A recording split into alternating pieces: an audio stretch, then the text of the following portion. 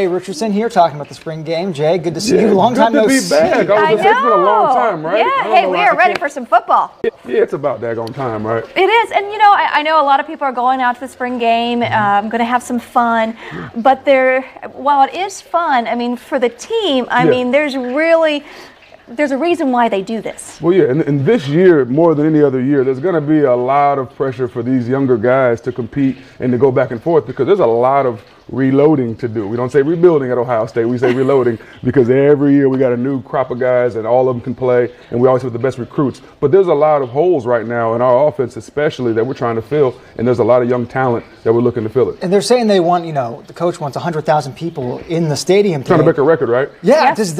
Does that affect the players in the spring game at all to see that kind of atmosphere? Here's the thing, for me as a player, I was always excited for the spring game. We knew it was just an extension of practice. We knew, we already had a feel for who was going to be who after we went through spring ball and our little spring jersey scrimmage. But for the players, this is a chance to show everybody else what you can do. This is a chance to show the crowd and to kind of get the local papers rolling about what's going on. And what they don't realize is that if they play very well in the spring game, that puts a little bit of pressure on that coaching staff to play them in the fall because now us, the media, is going, hey, we saw so-and-so and he looked great. Why aren't they playing him? And I was kind of one of those guys where I was like, look, if I go out here and play really well, I know they're going to, at least they're going to play you, be nudging Coach Tressel going, hey, they look pretty good. And I was always kind of a spring game guy. All right, you're talking about reloading. Yeah. So one of the shoes that we need to fill, of course, is Zeke Elliott. Yes, of course. Yeah, big shoes is right. So here's the thing. We got a couple guys. You got Mike Weber. You got Briante Dunn, who's a senior. I think Mike Weber is going to be one of those guys that's going to come in, have a good chance to get a lot of reps. There's no one is going to replace Ezekiel Elliott. This guy is the best football player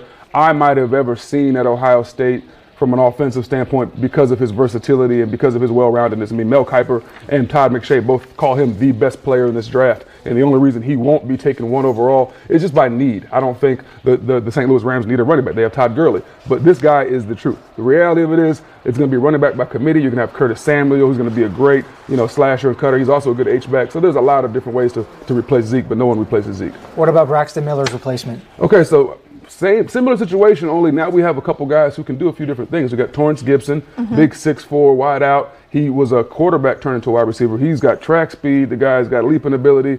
He's somebody that flashed last year, got a little banged up. Otherwise, they would have used him last year. And they say he's kind of Randy Moss-ish in his abilities to go up and over the top and take the top off the defense. And then you got a couple of smaller guys. You got Austin Mack, who's about 205, 6'2", very quick, very athletic. And then you've got KJ Hill. He's somebody that they think could be electric in the return game, almost like a Jalen Marshall. He's somebody they want to get the ball in his hands and see what he does. He made some huge plays in the spring in practice. All right, another guy that we are looking to fill the shoes of is, of course, Joey Bosa. How's Sam Hubbard going to do?